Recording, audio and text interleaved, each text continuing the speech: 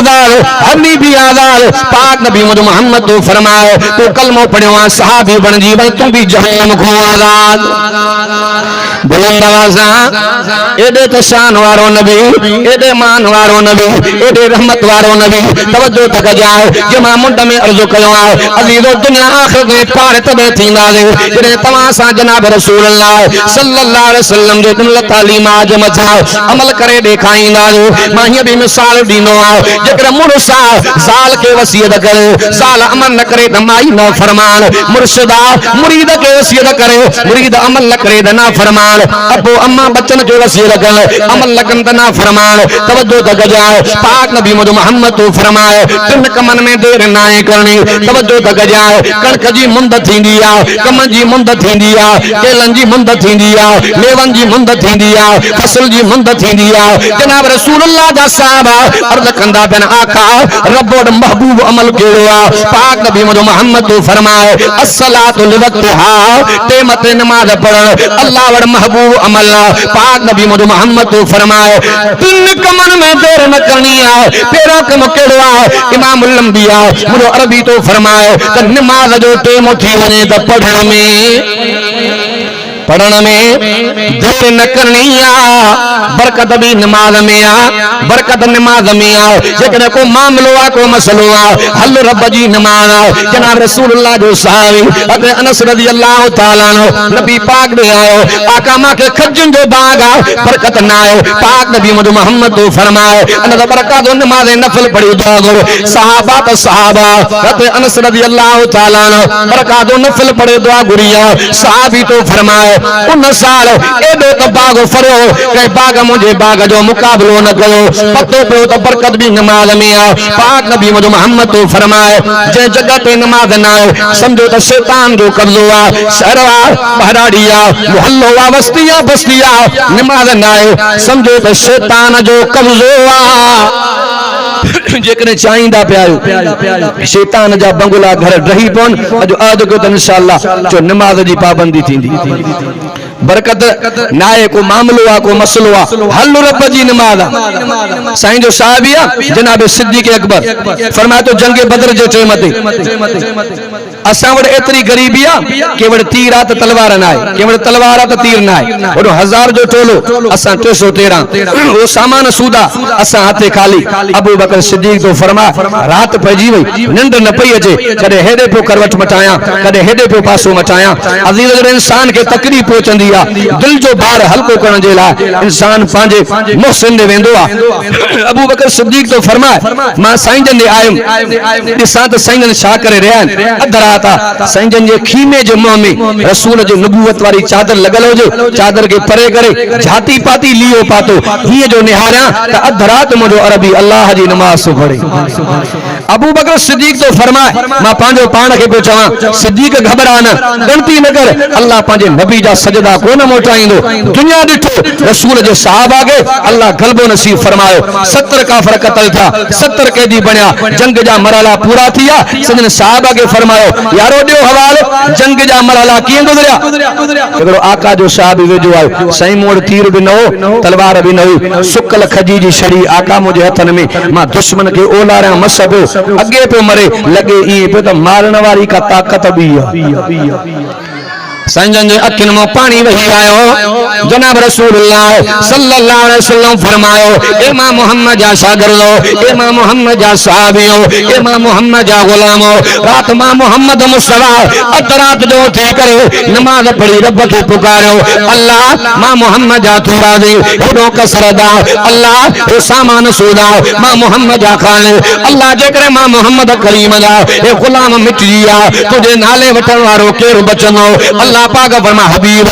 गलती न कर, नालो तुझे यारन जो थींदो फौज मां अल्लाह जी वड़ंदी। रब मदद कई ना आवा नमाज जो टेम थी वने द पढ़न में देर नाए करनी बे नंबर ते अल्लाह न करे कंजी फोदगी थी तो दफनान में देर नाए करनी तवज्जो तक जाओ जनाब रसूलुल्लाह सल्लल्लाहु अलैहि वसल्लम जो ज़मानो आ इब्न सौदा नाले औरत आ जेका मस्जिद नबी जी खिदमत कंदी आ सफाई कंदी आ तवज्जो तक जाओ सौदा दुनिया जो जहान छड़े इमामुल अंबिया मोहम्मद मुस्तफा सल्लल्लाहु अलैहि वसल्लम के पतो ही ना है मुझा साईं सहाबा का मालूमात ता वठल पाक नबी मोहम्मद तो फरमाए यारो बुधायो सौदा नजर न पई अचे आका उहा त दुनिया जो जहान छड़े पाक नबी मोहम्मद तो फरमाए तमाम मोहम्मद के कोन बुधायो आका रात जे विच में दुनिया जो जहान मौला डाणो करे वे से अवा जी तालीम असा जल्दी कब्र जे हवाले करे आया पतो पयो जेकर फोदगी थी वने दफनान में देर नाए करो तवज्जो तक जाए सिंध जंग बदर जी तैयारी ता गए नबी सिंधु सहाबी अते उस्मान रजी अल्लाह तआला नो उस्मान जी रानिया रसूलुल्लाह जी न्याणिया अम्मा रुकैया बीमार पाक नबी मोहम्मद तो फरमाए उस्मान पाजे घरवारी जी खिदमत क जाए अल्लाह तो के जंग जहाद में शिरकत जो सवाब दींदो उलमा लिखियो जंगे बदर जो मैदान साईं शहर 52 किलोमीटर जो फासलो नबी से मोटा सुधो हज़रत उस्मान दे तो उस्मान साईं पांजे घरवारी जी कब्र जी मिट्टी बैठा है रसूल जी न्याणिया बुधाइन को न प्या क्योंकि नबी जी तालीम जेकर को दुनिया जो जहान छड़े वने जल्दी कब्र जे हवाले करनो आ ए 3 नंबर ते इमाम लंबिया मुझा साईं ता फरमार जेकर न्याणी जवान थी वने त पढ़ाण में देर नाए करनी तवज्जो तक जाए अल्लाह अकबर कबीरा न्याणे जा अच्छा मथा थिया को उठाण जे ला तैयार ना है नजर तक जाए भले पांजो वा अजीज आ भावा जेकर पैसे वारो आ सणबो त हर को साईं हो मिस्कीन सा को मिट्टी कण जे ला तैयार ना है पाक नबी मोहम्मद तो फरमाए चैन वचन जे करे और सन निकाह थींदो आ या हसन नसब जे करे थींदो आ या मालो मिल्कत जे करे थींदो आ या हुस्न जे करे थींदो आ या दीन जे करे थींदो आ खानदान ॾिसंदो पियो आहे मना ना है माल ॾिसंदो पियो आहे मना ना है हुस्न ॾिसंदो पियो आहे मना ना है पर तरजीह दीन खे ॾियणी आहे तरजीह माके किताब पढ़ो साईं जा साहबा वुजू कंदा एकरो साहबी जे कंद मुबारक ते हथ रखी चवण लगो जेकरे मां पांजी भेण ॾाए कबूल कने भेणियो थी नी जहे चयो उहो केर हो जेके चये उहो केर हो चवण वारो साईं जो साहबी हज़रत अब्दुर्रहमान बिन औफा वडो ताजरा जेके चये रसूल जो गुलाम हज़रत बिलाल तवज्जो तक जाए अते बिलाल रज़ी अल्लाह तआला जो साधो आ रंग जो कारणो आ वार गुंडीदार पर हजरत बिलाल वट नबी जो दीन साईं जो दीन तवज्जो तक जाए रसूलुल्लाह जी सहाबियानी आ अम्मा उम्मे सुलैम मुस दुनिया जो जहान छड़ियो सहाबियानी बेवा बनजी वयो अजीजो बेवा औरत कोशिश कंदी आ मन न मन को सहारो थी पवे अबू तलहा पैगाम मोकलियो आ ओ माई उम्मे सुलैम जेकरे मां सा शादी करे मां निकाह करण जे ला तैयार तवज्जो तक जाए रसूलुल्लाह जी सहाबानी छोड़ी पया ए अबू तल्ला तू तौहीद जो इनकारिया मोहम्मद के कलमे जो इनकारिया कलमो कबूल दीनदार बनजी पो हक महर भी न वठनी माए निकाह कंदी माए अबू तल्ला आयो कलमो कबूली तौहीद के अपनाई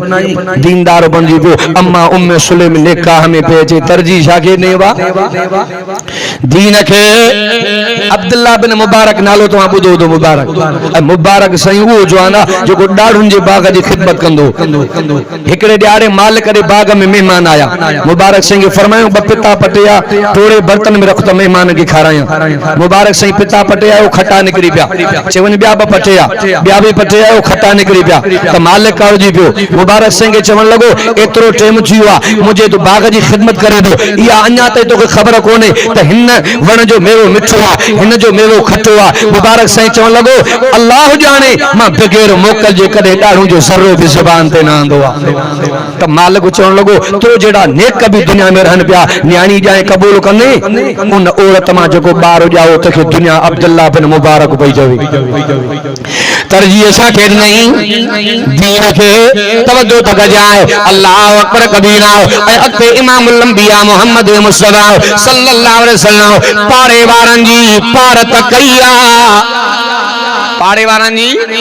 पार तक गया तवज्जो तक जाए जेकरे को पारे में हारिया उन जो भी ख्याल रखनो है जेकरे पारे में को किराएदार उन जो भी ख्याल रखनो है जेकरे पारे में को कारोबारी उन जो भी ख्याल रखनो है पंजवा परावा मिठवा अजीजा दोस्वा तवज्जो तक जाए पाक नबी मोहम्मद तो फरमाए पारे वाला जी मां मोहम्मद पारस को गया जे तमा साण को पहा को चवणिया कर भलाई तथे भलाई भलाई जो बदलो भला बुराई जो बदलो बुरा तवज्जो तक जाए याकूब अलैहिस्सलाम अल्लाह जो नबी यूसुफ अलैहिस्सलाम भी रब जो नबी याकूब पैगंबर अबुआ यूसुफ पुत्रा तवज्जो तक जाए नबी जे घर जे अंदर भारन जो पान में झेड़ो थी पड़ो यूसुफ अलैहिस्सलाम के कुओं जे हवाले करे आया अल्लाह अकबर कबीरा यूसुफ अलैहिस्सलाम सब्र करे पांजे भाइन के जरे माफ कंदो पियो यूसुफ नबी भलाई कया उन्होंने बुराई कया अल्लाह तबारक व तआला यूसुफ नबी के बद भलाई के बदले में अल्लाह वजीर खजाना बनायो वो एडा सुन्या बन जिया जो यूसुफ के दरबार में खेर वठन चंगाई जो बदलो हां वा चंगो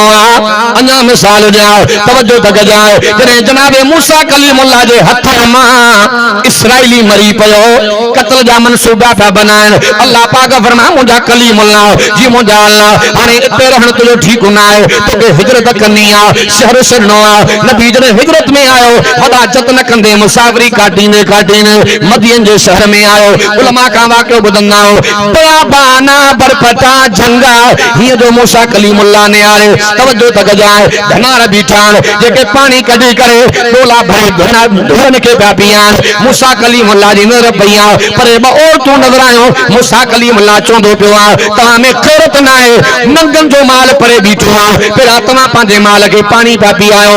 औरता हुन जे माल के पेरा पानी पी आयो त घर वण मूसा कलीमुल्लाह के चौन लगा जेकर तो के संदन में सा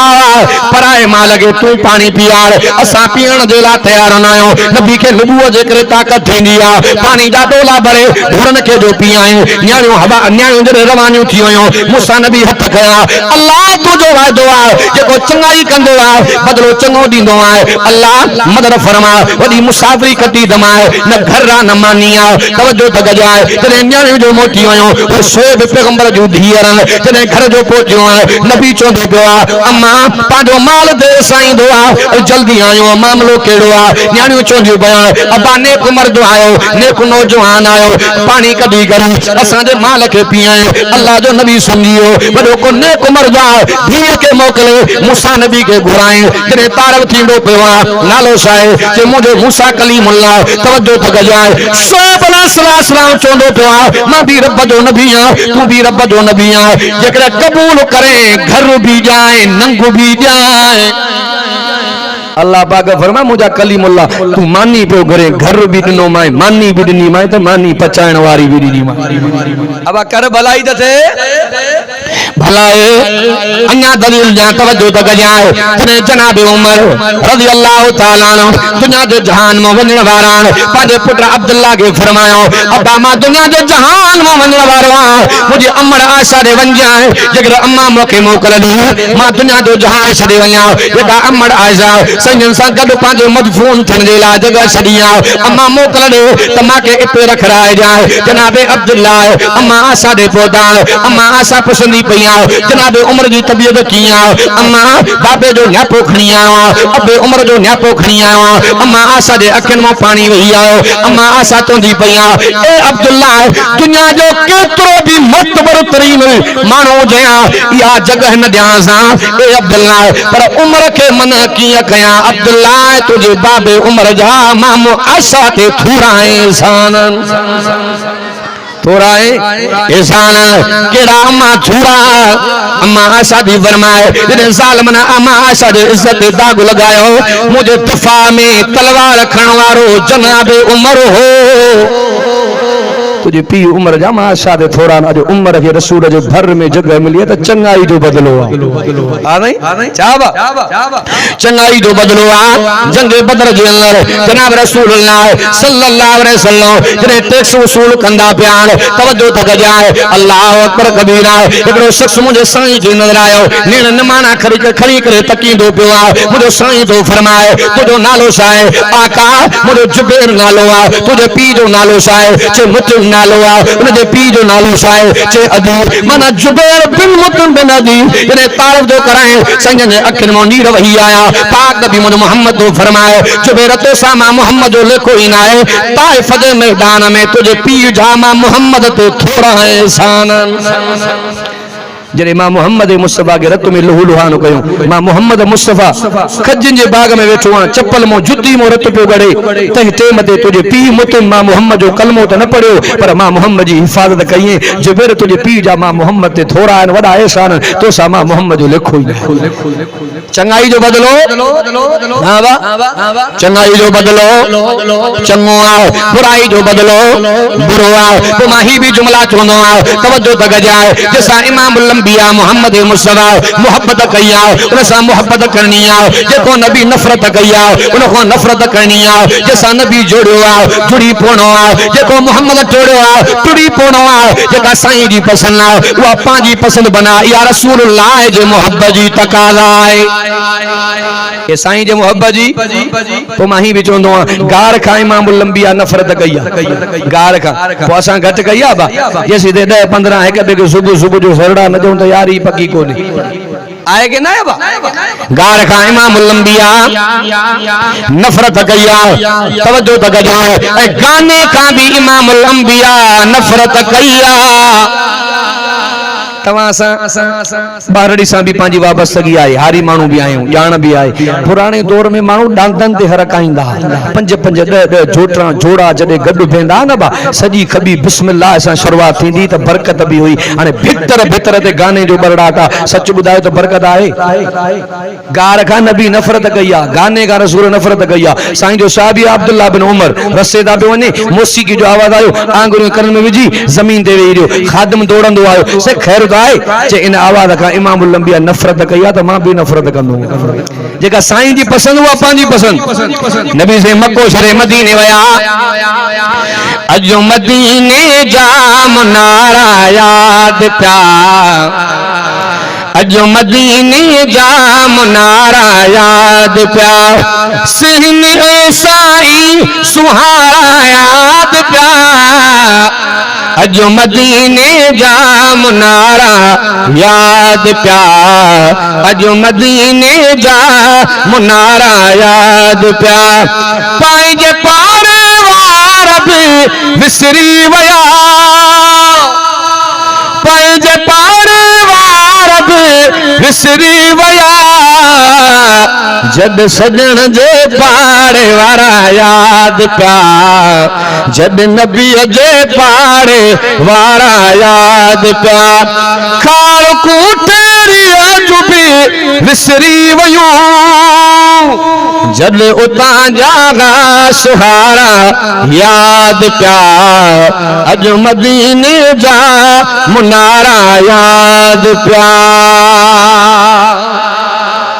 संजन ने मक्को शरी मदीने आया तो जनाब अबू अयूब अंसारी के घर मेहमान तरसा तवज्जो साईं जी पसंद वा पांजी पसंद कामयाबी तदे जनाब रसूलुल्लाह सल्लल्लाहु अलैहि वसल्लम जो साहबी हजरत अबू अयूब अंसारी तो फरमा जेका मानी भाजी पचंदी आ वो संजन जे आडो मा रखनो आ संजन खाई जो बचाइन वो असा घर में इस्तेमाल कंदासे बरकत भी पौंदी तो मजो भी इंदो साहबी तो फरमा एकड़े डाड़े मा संजन जे आडो मानी भी रखी भाजी भी रखी संजन बर्तन के परे करे चुरो मारे फेरा बैठा अबू अयूब अंसारी उठी आका पकल सही को चस्सो ना है मजो ना है हम बर्तन के परे कयो जनाब रसूलुल्लाह सल्लल्लाहु अलैहि वसल्लम फरमायो ए अबू अयूब अंसारी तुझे भाजी में को ऐबो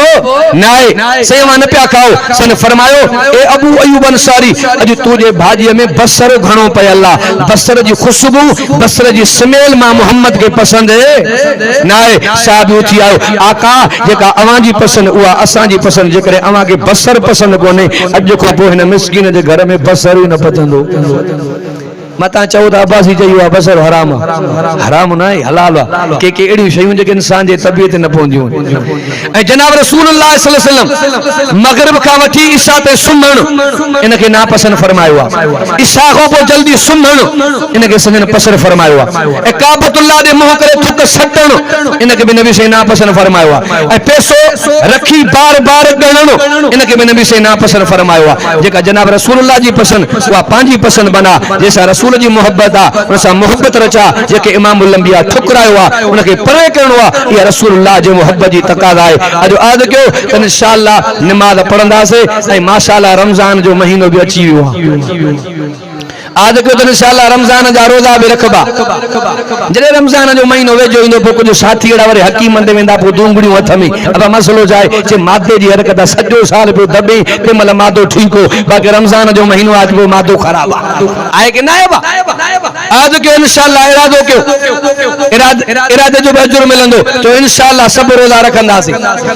एकड़ो दोस्त अगले साल जी मां गाल तो बुधाया मरेटवा सखर जो मुजो गेरो दोस्त स्कूल में इकट्ठे पढ़िया रमजान के महीने में रोजा घट रखंदो आ मां थोड़ो नसीहत कई मास रोजो जो रखई मादे काल कई जे मोल साहब तो वाले ठीक करंदो रोजो रखो बाकी बेखा निकरी वई थी अब रोजे में तकलीफ वदा है ना बाकी रोजे रखण दा मानो जा एसी में तो कोन वेंदो आ महटा सटा इंदा ई हई तो कुर्बानी आ आज को तो इंशाअल्लाह जो रमजान जा रोजा रखबा सने फरमायो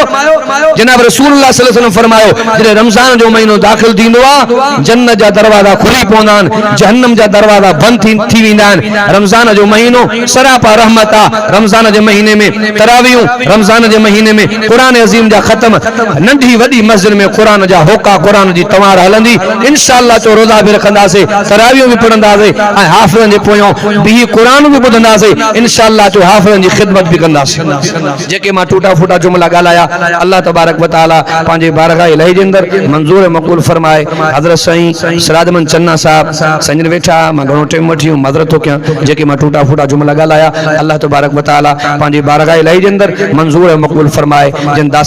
जन दोस्तनी मेहनत कई आ कोशिश कई आ एडो कुरान जो जलसो ही सजायो आ अल्लाह तबारक व तआला दोस्तन जी माल में रिस्क में उम्र में जिंदगी में बच्चन में कारोबार में बरकत जो मामलो फरमाए किसी के ऐब देख कर बेनकाब न कर खुदा बैठा है तू हिसाब न कर जिंदगी बाकी मुलाकात बाकी वमा अलैना इल्लल बलाग माशाअल्लाह यो या मौलाना सिराजुल अब्बासी साहब जय तमाम अंदाज में काफी फरमायो इन वक्त में गुजारिश कंदम असा जी सरवान हजरत मौलाना हाफिज सिराजुल साहब के भाई चल ऐं काफी फरमाए सही से